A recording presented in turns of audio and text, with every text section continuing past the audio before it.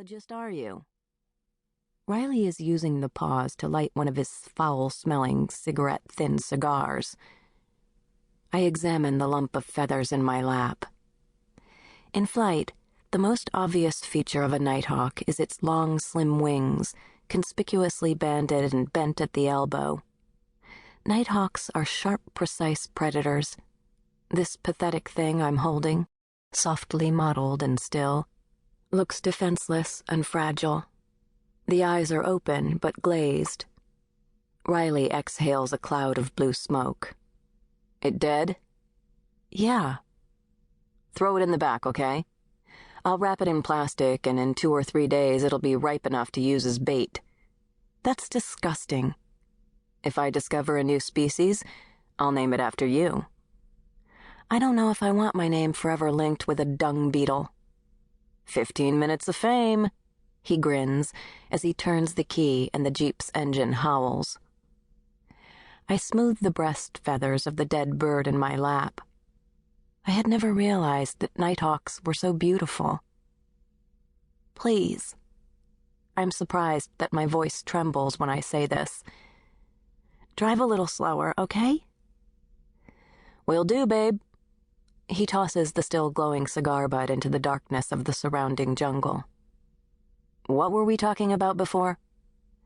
You and David, and how you like screwing grad students. Literally and metaphorically. When he laughs, I hear a rattle of phlegm in his chest and wonder if he's been checked for tuberculosis recently. Every semester we get a new crop of you kids from up north in the States. Innocents, all of you. Seduced by the jungle.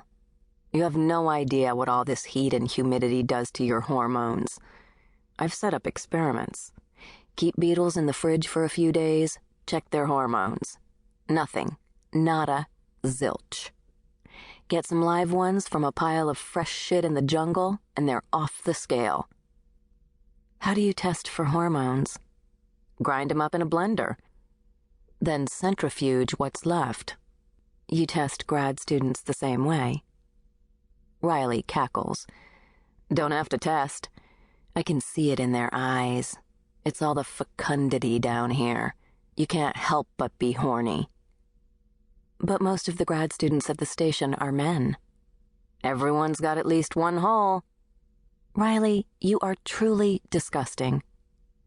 I'm not the one sending you off to live the rest of your life in the jungle with nothing for company but a pair of overgrown chicken hawks and a bunch of Indians. Even with the motion of the open Jeep, the air around me feels like a thick, smothering blanket. I cradle the dead bird in my lap. Riley fiddles with the cigarette lighter in the dash, but when he can't get it to work, he breaks and uses both hands to shield the match at the cigar between his lips. I see him glance at me in the reflected flame. You scared? I can't even fake bravado. Shitless.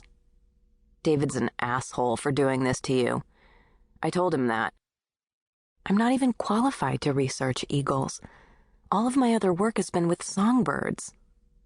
All birds are the same. They got feathers, and they shit when they fly. Lights from the Miraflores locks of the canal shine through the vegetation on the right. My pre-dawn brain balks at the transition from jungle to civilization. I wait until we've cleared the bustle of activity around the locks before I ask Riley, Did you know the guy who's been at the Harpy Eagle site until now? Brian Geddes? Miserable little worm. You didn't check out his hormones? I wouldn't even eat in the same room with that little shit. David said he's coming back because he caught leishmaniasis. Leishmaniasis is a disease carried in sand flea bites that causes living flesh to decay. Riley sneers around the butt of his cigar. Probably just an infected zit. When we get to the city, there's a glow over the bay, the imaginings of dawn.